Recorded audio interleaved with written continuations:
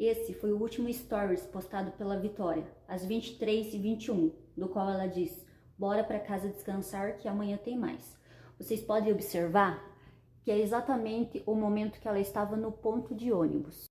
Aqui está o print da última conversa que ela teve com a Gabi, onde ela diz: mano, tô morrendo de frio e tem uns 2 meninos aqui do meu lado, tô com medo. E a amiga diz: manda foto, o ônibus não passou ainda? E ela diz: não, ele vai ver eu tirando a foto. A amiga diz: você tem que falar pro seu pai. Ela diz: tá foda. E a amiga diz: vai me mandando mensagem. E ela diz: tá bom. Meia-noite, ela diz: peguei o ônibus. E a amiga diz: eles ficaram lá? E ela responde: um ficou e o outro pegou o mesmo ônibus. A amiga responde: oxe, mora no Panduva, será? Ou tá te seguindo? E ela diz: acho que sim, espero que não. E ela fala: tenta explicar, amiga, pro seu pai amanhã. É perigoso para você. Ainda mais perto da favela. Guarda essa informação. Aí a Vitória diz: amanhã eu vou pra minha irmã, quero nem saber. Amiga, os 2 pegou e o outro acabou de vir aqui para trás. E a amiga fala: vixe, aqui vocês podem observar que tem um áudio enviado pela Vitória. É aquele do qual ela relata que, tá de boa. Eu desci, mas os rapazes do qual ela estava suspeitando teria seguido diante. A amiga dela fala: suave. E ela diz sim. Ao meu ponto de vista, aqui se encerrou a conversa, até porque parecia que a Vitória estava bem, e ela já estaria a caminho de casa. E às 5h37 da manhã, a Gabi manda mensagem: Vi, o que aconteceu? Ai, amiga, mas tá de boa, sabe? Quem ele estava do ônibus, só que nenhum deles desceu no mesmo ponto que eu. Então, tá de boaço, não tem problema nenhum. E por esse motivo, as pessoas começaram a desconfiar da Gabi, pelo simples fato do horário que ela mandou a mensagem para a Vitória, às 5h37 da manhã. Mas o que ninguém sabe é que foi o próprio pai da Vitória que entrou em contato com a amiga, perguntando se ela não sabia aonde a filha estava, até porque ela não teria chegado em casa. E por esse motivo, a Gabi teria mandado a mensagem, porém, ela não foi recebida. E é óbvio que ela é inocente. Ela tentou manter o contato o tempo todo naquele momento. Porém, as pessoas maldosas começaram a afirmar que ela tinha um envolvimento, mas ela estava realmente preocupada com a amiga. Esse é o Matheus, apontado como suspeito e informante do crime, pelo simples fato dele ter pegado o mesmo ônibus que a Vitória naquela noite. Ele relata que estava numa tabacaria, assistindo o jogo do Corinthians, e naquele momento ele estaria retornando para sua casa. E por esse motivo, ele não parou no mesmo ponto que a Vitória, ele seguiu adiante. Tanto que a própria Vitória relata para a amiga que estava de boa, porque o rapaz do qual ela estava suspeitando teria seguido diante. Então, por esse motivo, ele não é um dos envolvidos no crime, ele é inocente. Esse é o Gustavo Vinícius, o ex-ficante da Vitória, do qual também tem sido apontado como um dos participantes do crime, pelo simples fato das pessoas acreditarem que ele foi o último a ter um envolvimento com ela. Porém, entretanto e todavia, eu acompanhei uma entrevista dele, dada essa semana, do qual ele relata algumas informações que me deixaram intrigada. Ele relata que ficou com ela 2 vezes, e a última vez foi em outubro, e que 1 semana depois ela começou a namorar. Aí eu me pergunto, quem seria esse suposto namorado? Ou seria o Gustavo Liro, e ela teria voltado com ele? E se a polícia está investigando os rapazes do qual ela teve envolvimento, que foi o Gustavo Liro e o Gustavo Vinícius, por que a polícia não está investigando esse suposto namorado? Eu tenho percebido que no meio dessa investigação há muitos boatos maldosos, inverdades e calúnia. Até porque eu não sei quem foi o abençoado que cometeu a calúnia, afirmando que o Gustavo Vinícius teria um caso íntimo com o Daniel, o vizinho da Vitória. E ele é casado. eu acho que a pessoa teria que provar que realmente eles têm um caso. E bem provável que eles têm como provar isso, que não tem nenhuma intimidade entre os dois. Eles possivelmente se conhecem de vista, até porque lá na cidade todo mundo se conhece, nem que seja só de vista, mas isso não quer dizer que as pessoas têm intimidade uma com a outra. Na minha opinião, ele é inocente. Ah, mas ela mandou mensagem para ele naquela noite. Pois bem, na minha opinião, ela só estava usando ele para levar ela para casa. Até porque ela iniciou a conversa. Ela reagiu um stories dele no Instagram. E ela pediu para ele, você pode vir me buscar? Aí ela diz, não, eu quero dizer, você pode me levar para casa? Na minha opinião, ela só estava usando ele para levá-la para casa. Possivelmente, ela estaria com medo de alguma coisa. Até porque, o que a gente pode perceber nos áudios, ela estava suspeitando de todos. Será que ela não teria recebido alguma ameaça? Ou estaria suspeitando de alguma coisa? E às 10h20, ele encerrou a conversa com ela. E às 10h30, ele estava na casa de outra pessoa. E às 4h30, ele acordou, pois ele foi trabalhar. E depois ele foi na delegacia dar o depoimento, até porque o nome dele foi citado. Eu acredito assim, que quem não deve não teme. Para mim, ele é inocente. Esse é o Daniel, o vizinho da Vitória, do qual também tem sido apontado como um dos suspeitos do crime, pelo simples fato dele ser vizinho dela, dele ter um carro branco e pelo motivo do qual eu acredito que as pessoas concluíram que foi uma pessoa próxima à Vitória, que sabia que o pai dela não poderia ir buscar ela naquela noite no trabalho, sendo que às 23h21 ela fez uma postagem na frente do ponto de ônibus que estava lá sozinha. Vitória Regina, com apenas 17 anos, trabalhava longe de casa e sempre chegava muito tarde. Normalmente, seu pai a buscava no ponto de ônibus, mas naquele dia o carro dele quebrou e ele não pôde buscá-la. Vocês puderam observar que passou um carro branco nas imagens, do qual é parecido com o carro do Daniel. E por esse motivo, as pessoas têm suspeitado dele, pelo fato dele ter um carro branco e as pessoas acreditarem que possivelmente foi uma pessoa próxima à Vitória, que sabia que o carro do pai dela estaria estragado e por esse motivo ele não iria buscá-la. Eu não entendo muito de carro, mas eu separei algumas imagens do qual eu tenho tirado minhas próprias conclusões. O motivo é que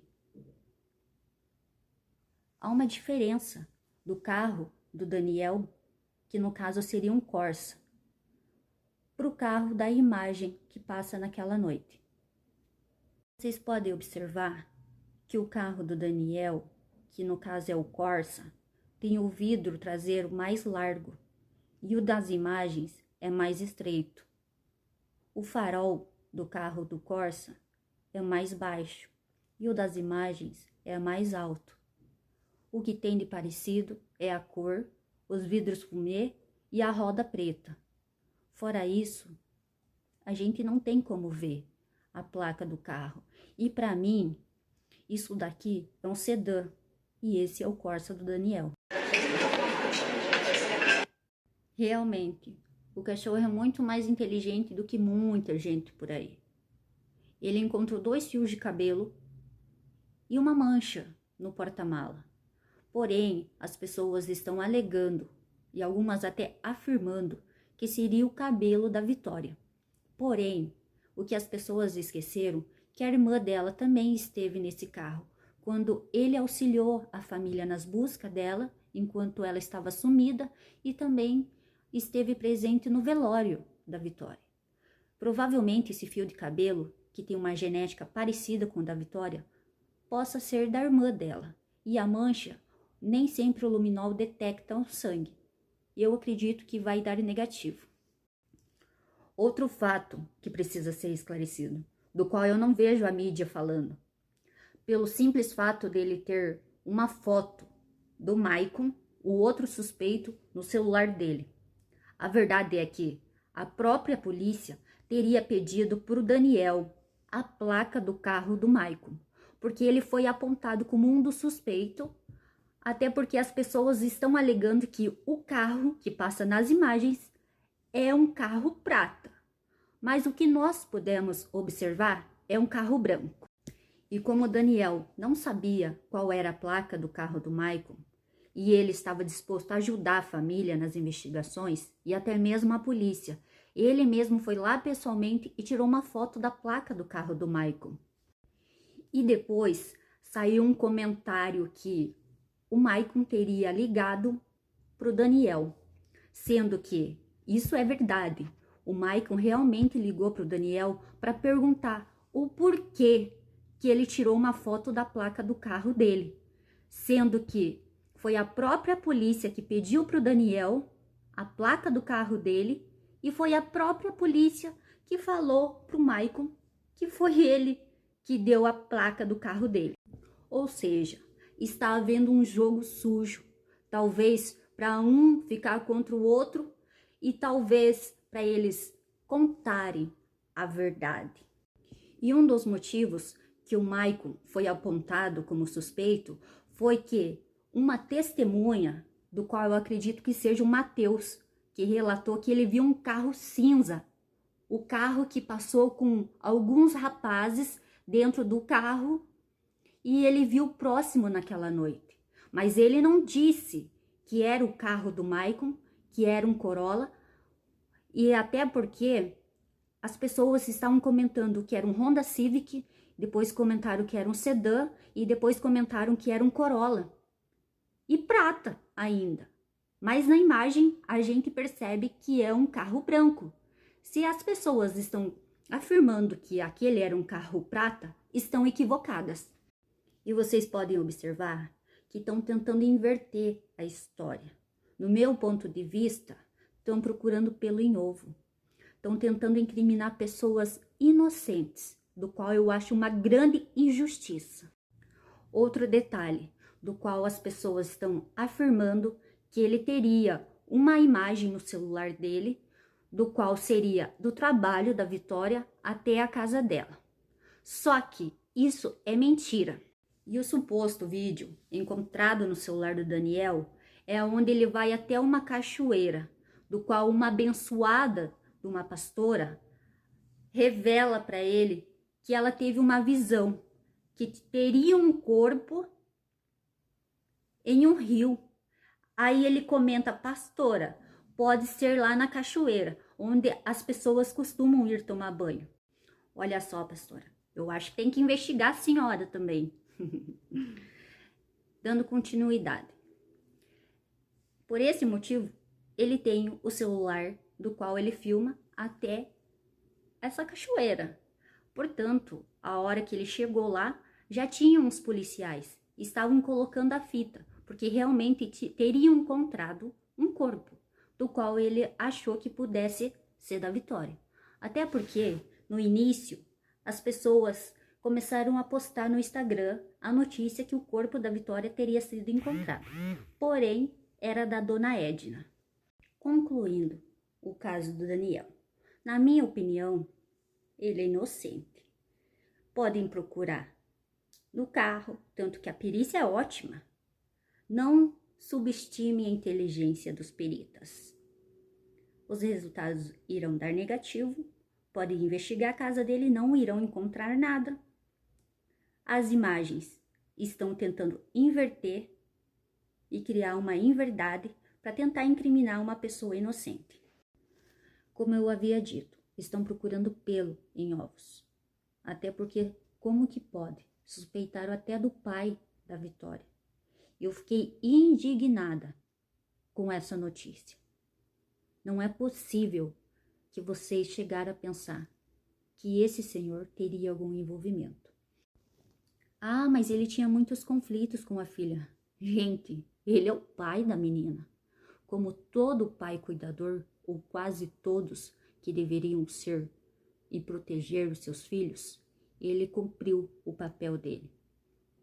do qual ele também se preocupava muito com o convívio social dela e principalmente das pessoas que ela iria se relacionar. Eu não preciso nem falar que ele é inocente. Cada um tem um jeito de demonstrar sua dor. Talvez a ficha dele nem caiu ainda. Ao se deparar com a filha dele morta daquele jeito, é para estar em choque.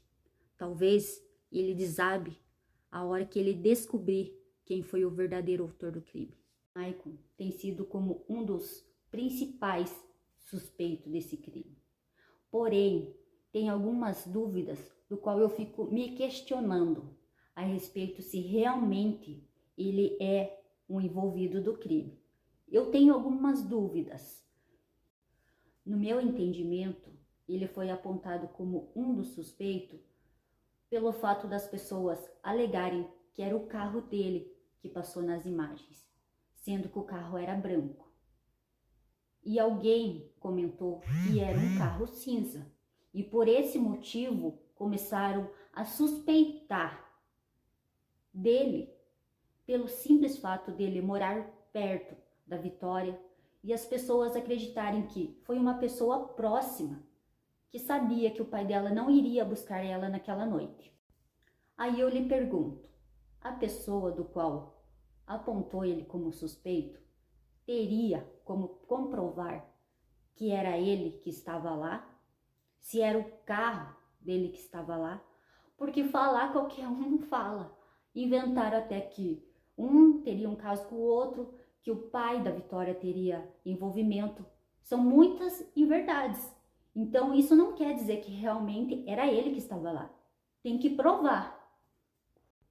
Ah, mas no depoimento dele teve uma contradição, do qual ele relata que ele estaria com a esposa naquela noite. Ou ele se expressou mal, ou a polícia entendeu errado, do qual ele quis dizer que ele estava com a esposa, mas na verdade ele estava conversando pelo celular com a esposa naquele momento. E ele estaria com um amigo dele em casa. O nome dele é Daniel e ele estava arrumando a moto dele. Lembrando que ele e a suposta esposa dele não são casados. Eles não moram juntos. Ela mora com a mãe dela. Esse é o carro do Maicon, um dos principais suspeitos do crime, pelo simples fato de algumas pessoas afirmarem que foi o carro dele que passou naquelas imagens. Como nós pudemos observar, o carro era branco e o carro do Maicon é prata, não tem vidro fumê e as rodas não são pretas. Uma testemunha relata que se deparou com um carro prata naquela noite, porém não comprovou que realmente era o Maicon ou o carro do Maicon que estava próximo. Essa pessoa que está afirmando que realmente era o Maicon ou o carro dele que estava lá, deveria provar. Até porque, até agora, surgiram muitos boatos, muitas inverdades. Até mesmo que um teria um caso com o outro, que o pai da Vitória estaria envolvido, que o vídeo do celular do Daniel era do caminho do trabalho até a casa da Vitória, e não é verdade. Que o sangue encontrado no porta-mala do carro do Maicon poderia ser da Vitória. Porém, não é verdade. Esse sangue é do dedo do Maicon. Aí eu lhe pergunto, você acha mesmo que o carro do Daniel teria sido usado para transportar o corpo da Vitória? Sendo que o carro foi investigado pela perícia diversas vezes, não foi encontrado nada que pudesse comprovar que realmente foi usado para carregar o corpo dela. O carro do Maicon também, a perícia já fez a investigação, coletou provas, do qual até agora não foi comprovado que seria alguma coisa relacionada à Vitória.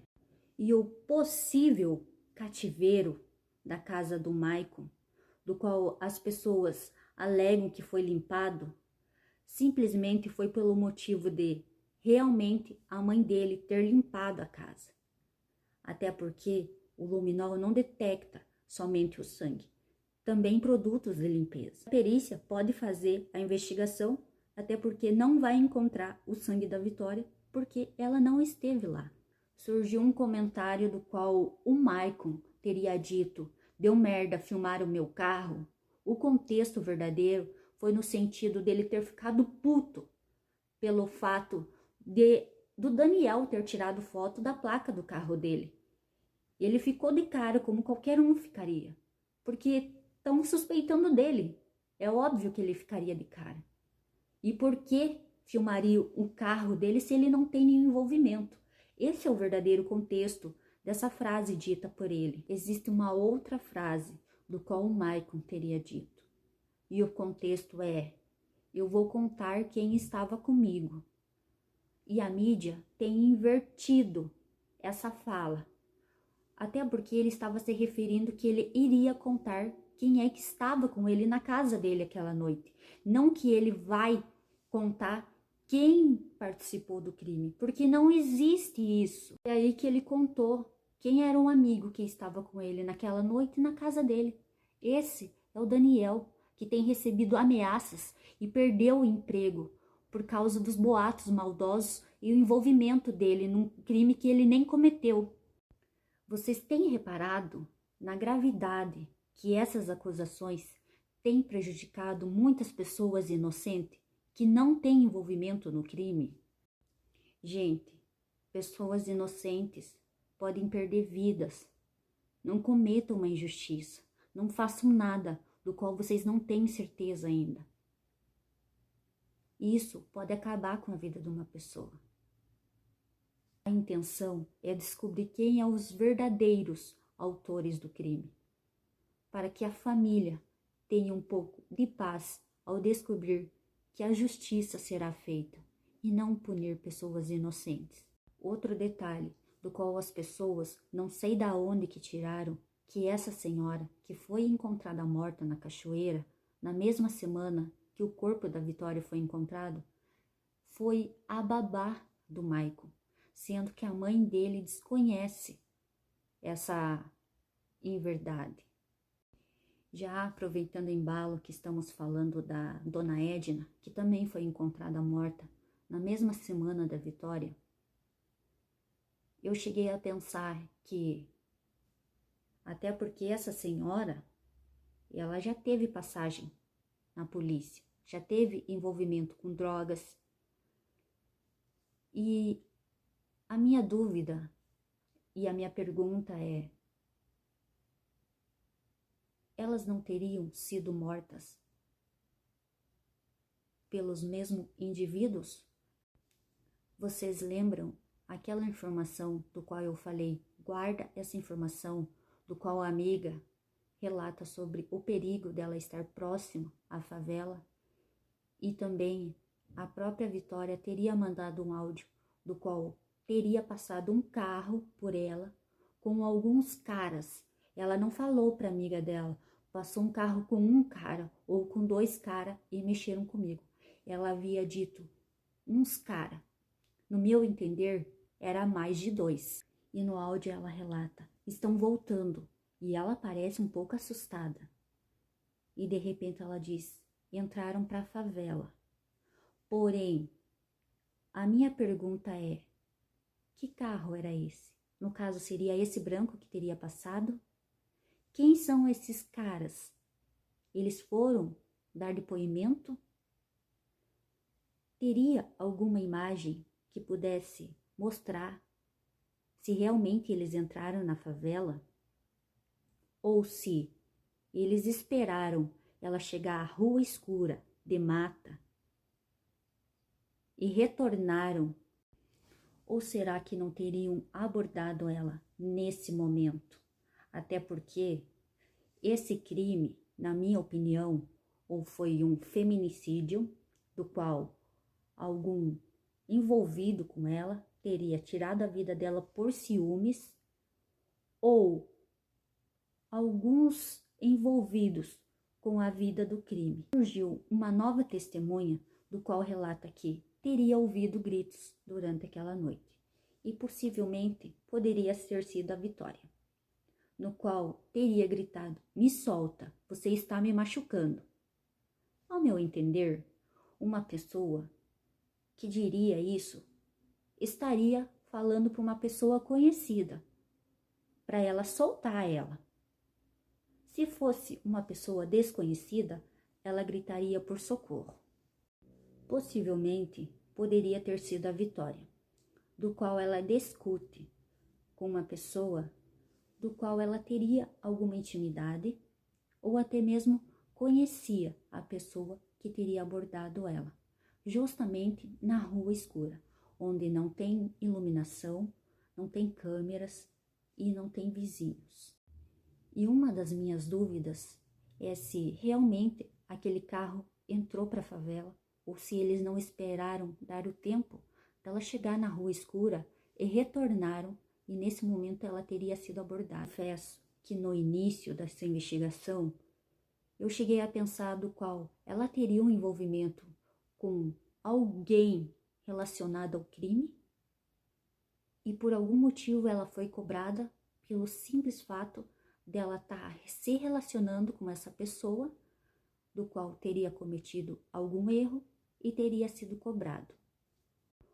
Ou o suposto namorado dela teria abordado ela naquela noite, após a postagem dela que ela estaria sozinha naquela hora, e ter pegado o celular, se deparado com as mensagens que ela mandou para alguém, inclusive para o Gustavo Vinícius, e por esse motivo quis se vingar dela por ciúmes.